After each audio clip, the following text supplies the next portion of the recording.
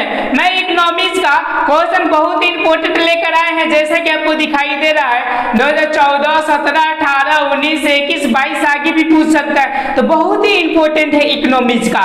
ये है चैप्टर 1। तो चलिए बिना टाइम गवाए हुए ही हम क्वेश्चन को देखते हैं जो हमारे लिए। प्रश्न को देखते हैं क्या बोल रहे हैं। हमारा पहला प्रश्न जैसा कि बोल रहा है कि हमारी वे सभी क्रियाएं जिससे हमें आय प्राप्त होती है, जिनसे मुझे आय प्राप्त होती है, उससे हम क्या करते हैं, कुछ भी करके मुझको पैसा प्राप्त होता है, उसको क्या कहा जाता है। तो याद रखिएगा उसको बोला जाता है आर्थिक क्रिया का मतलब ये अपना क्रिया। समझ में आ रहा है। प्राथमिक क्रिया का मतलब प्रथम हो जाएगा, द्वितीय की जस्ट आपको आगे बताएंगे। चलिए हम दूसरे प्रश्न को देखते हैं। दूसरे मेरा प्रश्न क्या बोल रहा है, जैसा कि दूसरा नंबर प्रश्न दिखाई दे रहा है आपको कि किनके अनुसार अर्थशास्त्र अर्थव्यवस्था आजीविका अर्जन करने का एक प्रणाली है। क्या मतलब अर्थशास्त्र आजीविका, आजीविका का मतलब जीवन भर क्या किया जाता है, तो अर्जन किया जाता है का मतलब इकट्ठा किया जाता है। अर्थव्यवस्था का मतलब समझिए कि पैसा कौड़ी और सुख सुविधाएं। ओके, तो ये कौन कहे हुए थे, तो ये जो कहे हुए थे आपके ये ब्राउन नाम के समझिए कि दार्शनिक एक वैज्ञानिक ने कहे हुए थे। चलिए 3 नंबर तो बहुत ही इंपॉर्टेंट है, ये चीज को तो आपको तो याद कर रखना पड़ेगा। ये बोले कि इनमें किसको प्राथमिक क्षेत्र कहा जाता है। देखिए क्षेत्र हम लोग को 3 होते हैं, प्राथमिक क्षेत्र होते हैं, एक द्वितीय एक तृतीय क्षेत्र होते हैं। ओके, समझ रहे हैं ना। तो प्राथमिक क्षेत्र में याद रखिएगा क्या चीज को रखी जाती है, तो कृषि क्षेत्र को रखी जाती है। और इतना याद रखिएगा भारत के लगभग आपके 50% लोग जो होते हैं वो कृषि पर ही निर्भर रहते हैं, जिसकी वजह से कुछ छुपा हुआ बेरोजगारी भी है। और द्वितीय में याद रखिएगा औद्योगिक क्षेत्र आ जाएंगे, तृतीय में आते हैं आपके सेवा क्षेत्र।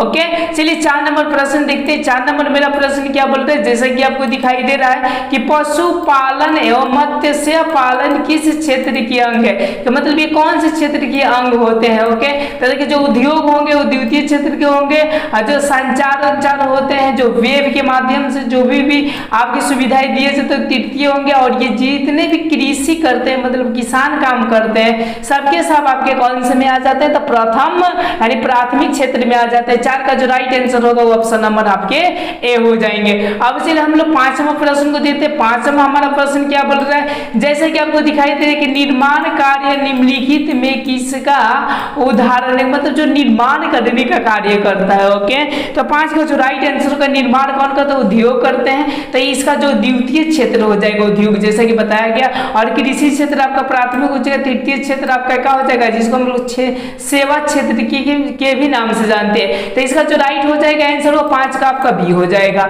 चलिए हम लोग 6 नंबर प्रश्न को देखते हैं। 6 नंबर हमारा प्रश्न क्या बोल रहे हैं, जैसे कि आपको दिखाई दे रहा है कि आर्थिक विकास का तीसरा क्षेत्र क्या है, जैसे तीसरा क्षेत्र बोलना। ओके, नहीं कृषि क्षेत्र आपका प्रथम है, विज्ञान क्षेत्र आपका द्वितीय, शिक्षा क्षेत्र भी आपका द्वितीय, लेकिन जो आपका सेवा क्षेत्र है याद रखिएगा ये कौन सा है, तो आपका तृतीय क्षेत्र है। यानी 6 का जो राइट आंसर हो जाएगा ऑप्शन नंबर डी हो जाएगा, जैसा कि आप देख सकते हैं 2021 में इसको पूछा गया है। अब चलिए 7 नंबर प्रश्न को देखते हैं। 7 नंबर मेरा प्रश्न क्या बोल रहा है, जैसा कि आपको दिखाई दे रहा है अमेरिका में किस प्रकार की अर्थव्यवस्था है, अमेरिका जो है वो किस प्रकार का अर्थव्यवस्था है। याद रखिएगा वहां पर सभी क्या है, तो पूंजीवादी अर्थव्यवस्था है। ओके, समाजवादी आपका चीन में यानी जापान में है लगभग। ओके, और मिश्रित याद रखिएगा हम लोग के देश में जिसको हम लोग भारत बोलते हैं।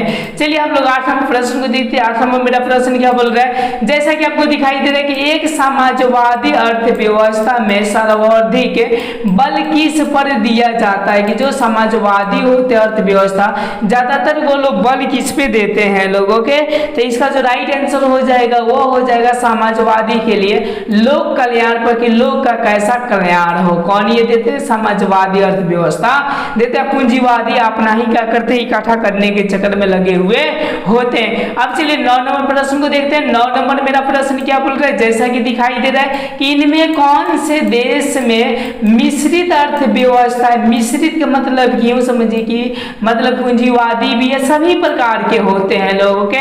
तो याद रखिएगा वो जो देश है वो अपना देश है जिसको भारत बोलते हैं, इसमें मिश्रित अर्थव्यवस्था है। ये कब पूछा, 2014, 17, 18, 18, 19 और 21 में भी पूछा हुआ है। चलिए अब हम लोग 10वां प्रश्न को देखते हैं। 10वां हमारा प्रश्न क्या बोल रहा है, जैसा कि दिखाई दे रहा है कि किस अर्थव्यवस्था में उत्पादन के साधनों पर निजी व्यक्तियों या संस्थाओं का अधिकार होता है। देखिए जब निजी हो के मतलब अपना हो तो याद रखिएगा वो होते पूंजीवादी अर्थव्यवस्था होते हैं। ओके समझ गए। और ये समझिए कि जो सबका हक हो समाज का हो उसे हम लोग क्या बोलेंगे समाजवादी अर्थव्यवस्था।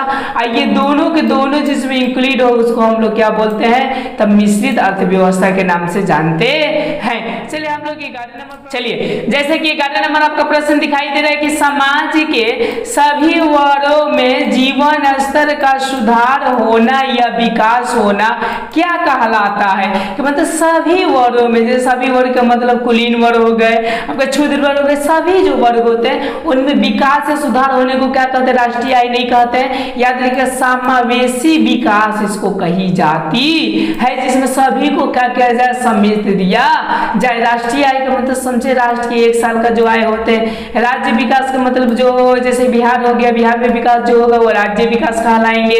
ओके चलिए 12 नंबर प्रश्न को देखते हैं। 12 नंबर मेरा प्रश्न क्या बोल रहा है, जैसा कि आपको दिखाई दे रहा है कि आर्थिक क्रियाओं का उद्देश्य है, मतलब आर्थिक जो क्रियाएं होते हैं उनका क्या उद्देश्य होता है। ओके मतलब कि हम लोग मेहनत करते कमाते धमाते क्या इस चीज के लिए, मनोरंजन के लिए नहीं, समाज सेवा के लिए भी नहीं, परोपकार के लिए भी नहीं, हम अपना क्या करने के लिए जीवन उपार्जन करने के लिए क्या करते कमाते धमाते हैं लोग। ओके चलिए 13 नंबर प्रश्न को देखते हैं क्या बोल रहा है हमारा। ये बोल रहा है कि भारत में योजना आयोग का गठन कब किया गया था। योजना आयोग का गठन। ओके तो ये मोस्ट इंपोर्टेंट है। देखिए 2011 में पूछा है, 17 में भी पूछा है, 19 में पूछा है, 21 में पूछा है। ओके तो 13 का जो राइट आंसर हो जाएंगे वो आपके ऑप्शन नंबर क्या हो जाएंगे, ए हो जाएंगे 15 मार्च 1950 को। कितना हो जाएंगे 15 मार्च 1950 हो जाएंगे 13 के राइट आंसर। चलिए हम लोग अब 14 का देखते हैं। 14 क्या बोल रहा है, मतलब कि भारत में नीति आयोग की स्थापना कब हुई। जो नीति आयोग था वो स्थापना कब हुआ था, अभी देखेंगे आपका 1950 था। 14 का जो राइट आंसर हो जाएगा 1950 हो जाएंगे। अब चलिए 15 नंबर प्रश्न को देखते हैं क्या बोल रहा है मेरा। 15 नंबर कह रहा है कि योजना आयोग के सदस्यों की संख्या कितनी होती है। जो योजना आयोग होते हैं उनके सदस्यों की संख्या कितनी होती है, तो इनकी जो होती है याद रखिएगा 8 होते हैं। योजना आयोग की जो सदस्य के होते कितने होते हैं 8 होते हैं। चलिए हम लोग 16 नंबर प्रश्न को देखते हैं। 16 नंबर मेरा प्रश्न क्या बोल रहा है, जैसा कि दिखाई दे रहा है कि इनमें कौन योजना आयोग के पदेन अध्यक्ष होते हैं। जो योजना आयोग के जो अध्यक्ष कौन होते हैं, मतलब कौन मीटिंग बुलाने के लिए इसमें सक्षम होते हैं, तो वो होते हैं आपकी याद रखिएगा प्रधानमंत्री होते हैं।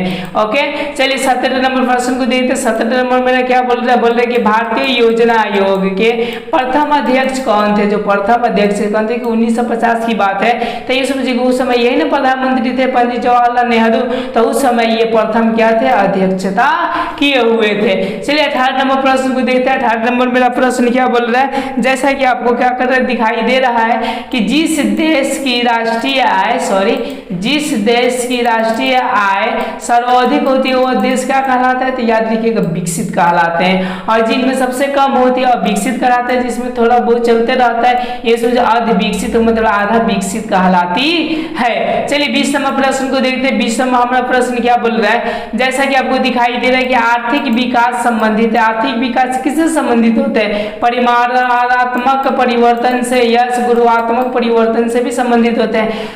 यानी 20 का जो राइट आंसर हो जाएंगे वो ऑप्शन नंबर आपके क्या हो जाएंगे सी हो जाएंगे। ओके मतलब ए और बी दोनों हो जाएंगे। चलिए 21 नंबर प्रश्न को देखते हैं। 21 नंबर क्या बोल रहा है प्रश्न में हमारा, ये बोल रहा है कि देश में एक वर्ष की अवधि में उत्पादित सभी वस्तु और सेवाओं के मौद्रिक मूल्य को क्या कहते हैं। जो मौद्रिक मूल्य होते हैं उनको क्या कहते हैं, एक वर्ष के अंदर, तो याद रखिएगा ये बोला जाता है राष्ट्रीय आय बोला जाता है। क्यों, क्योंकि देश के ये अंदर क्या किया जा रहा है तो गणना किया जा रहा है। चलिए हम लोग 22 नंबर प्रश्न को देखते हैं। 22 नंबर मेरा क्या बोल रहे हैं स्वतंत्रता प्राप्ति के बाद भारत का मुख्य आर्थिक उद्देश्य क्या है। मतलब आर्थिक उद्देश्य क्या था जब स्वतंत्रता प्राप्ति में समझिए स्वतंत्र हुए तब। ओके तो जो 22 का जो आंसर होगा वो देखिए तीव्र आर्थिक विकास, यस मतलब जल्दी से जल्दी भारत विकास करे। रोजगार सृजन का मतलब सबको रोजगार दिया जाए। निर्धरता उन्मूलन का मतलब गरीबी हटाया जाए, यानी इनमें से क्या हो जाएगा सभी, ये क्या था तो उद्देश्य था। चलिए हम लोग 23वां प्रश्न को देखते हैं। 23वां हमारा प्रश्न क्या बोल रहा है, जैसा कि आपको दिखाई दे रहा है कि राष्ट्रीय आय में देश की कुल जनसंख्या से भाग देने पर भागफल क्या कहलाता है। देखिए जब भाग करते हैं याद राष्ट्रीय आय में हम लोग ये समझिए कि जनसंख्या से करते हैं तो याद रखिए वो निकलता आपका प्रति व्यक्ति आय निकलता है। ओके अब चलिए 24वां प्रश्न हम देखते हैं। 24वां हमारा प्रश्न क्या बोल रहा है, जैसा कि दिखाई दे रहा है कि अर्थव्यवस्था के किस क्षेत्र में हरित क्रांति संबंधित है। हरित क्रांति का मतलब गेहूं होते हैं। ओके तो वो किस व्यवस्था में क्या थे तो यूं समझिए कि संपन्न हुए। तो इसका देखिए ये जो चीजें हैं आपका और इसमें गेहूं होगा तो किसान ही करेगा, जब किसान करेगा तो कौन सा क्षेत्र आ जाएंगे आपके, तो ये प्राथमिक क्षेत्र आपके आ जाते हैं। 24 का जुलाई। जिस समय प्रश्न को देखते हैं कि भारत के किस राज्य में सर्वाधिक प्रति व्यक्ति है। सबसे ज्यादा जो है याद रखिए गोवा और सबसे कम है जो अपना राज्य है क्या है बिहार है। ओके इसीलिए इतना मेहनत करना पड़ जा रहा है। अब देखिए 26वां प्रश्न बोल रहा है कि भारत के किस राज्य में सबसे कम प्रति व्यक्ति आय है। सबसे कम जो है वो बिहार में, सबसे ज्यादा आपका कहाँ है तो गोवा में है। अब चलिए 27वां प्रश्न देखते हैं। 27वां क्या बोल रहा है कि निम्न में से कौन आर्थिक आधारभूत संरचना का घटक है। मतलब आधारभूत हमारे संरचना का मतलब वो नहीं रहेगा तो हम लोग को जीना क्या हो जाएगा बहुत ही मुश्किल हो जाएगा। तो कौन है, वित्त नहीं, शिक्षा भी नहीं, सबसे जो इंपॉर्टेंट है हमारा क्या है स्वास्थ्य है। 27 का जो राइट आंसर हो जाएगा वो ऑप्शन नंबर आपके क्या हो जाएंगे सी हो जाएंगे। अब चलिए अब हम लोग क्या करते हैं 28वां प्रश्न को देखते हैं। मानव विकास सूचकांक किसके द्वारा तैयार किया जाता है, मतलब कौन इसको क्या करते हैं तो तैयार करते हैं। तो 28 का जो आंसर हो जाएगा याद रखिएगा UNDP क्या करते हैं तो इसका सूचना तैयार करते हैं। ओके चलिए 29वां प्रश्न बोल रहा है कि मानव विकास सूचकांक में पहला स्थान कौन से देश है, मतलब पहला को स्थान जो देश है वो कौन है तो याद रखिएगा पहला जो है वो नार्वे है। ओके यानी 29 का जो राइट आंसर हो जाएगा ऑप्शन नंबर क्या हो जाएंगे डी हो जाएंगे। चलिए हम लोग 30वां प्रश्न को देखते हैं। 30वां हमारा प्रश्न क्या बोल रहा है, जैसा कि दिखाई दे रहा है आपको कि मानव विकास सूचकांक में भारत का कौन सा स्थान है, मतलब कौन सा स्थान है तो याद रखिएगा 129वां क्या है तो भारत का स्थान है। अब आपका क्या किया थोड़ा सा ग्रोथ किया हुआ है। अभी 31वां बोल रहा है कि बिहार के जीवन यापन का मुख्य साधन क्या है, जो कि 2021 में पूछा। सबसे मुख्य साधन क्या है तो याद रखिएगा कि लोग ज्यादातर खेती करते हैं, यानी 31 का जो राइट आंसर हो जाएगा वो ऑप्शन नंबर आपके सी हो जाएंगे। चलिए हम लोग 32वां प्रश्न को देखते हैं। 32वां मेरा प्रश्न क्या बोल रहा है, जैसा कि दिखाई दे रहा है कि बिहार के आर्थिक पिछड़ेपन का मुख्य कारण क्या है, मतलब यो पिछड़ा हुआ है तो क्या मुख्य कारण है, जनसंख्या में तीव्र वृद्धि, यस गरीबी भी, बेरोजगारी भी, यानी समझिए कि इसका राइट जो आंसर हो जाएगा आपका क्या हो जाएगा डी हो जाएगा। चलिए हम लोग 33वां प्रश्न को देखते हैं। 33वां क्या बोल रहा है, बोल रहा है कि प्राथमिक क्षेत्र में कौन सी आर्थिक क्रिया शामिल है, मतलब आर्थिक क्रिया के मतलब जो कि हम लोगों को क्या करते हैं तो उससे जीवन यापन करते हैं, यानी कौन से देखिए तो 33 का जो राइट आंसर हो जाएगा वो क्या होता है, देखिए कृषि जरूरी है, खनन खोदना जरूरी है, पशुपालन करना जरूरी ही है, यानी 33 का जो राइट आंसर हो जाएगा ऑप्शन नंबर आपके क्या हो जाएंगे डी हो जाएंगे। अब चलिए 24वां प्रश्न को देखते हैं। 24वां मेरा क्या बोल रहा है, ये बोल रहा है कि समाजवादी अर्थव्यवस्था का गुण है, का मतलब कि क्या गुण होते हैं, निजी लाभ नो, मूल्य तंत्र नो, सामाजिक कल्याण यस, सामाजिक कल्याण, समाजवादी के मतलब कि समाज से जो प्रेम रखे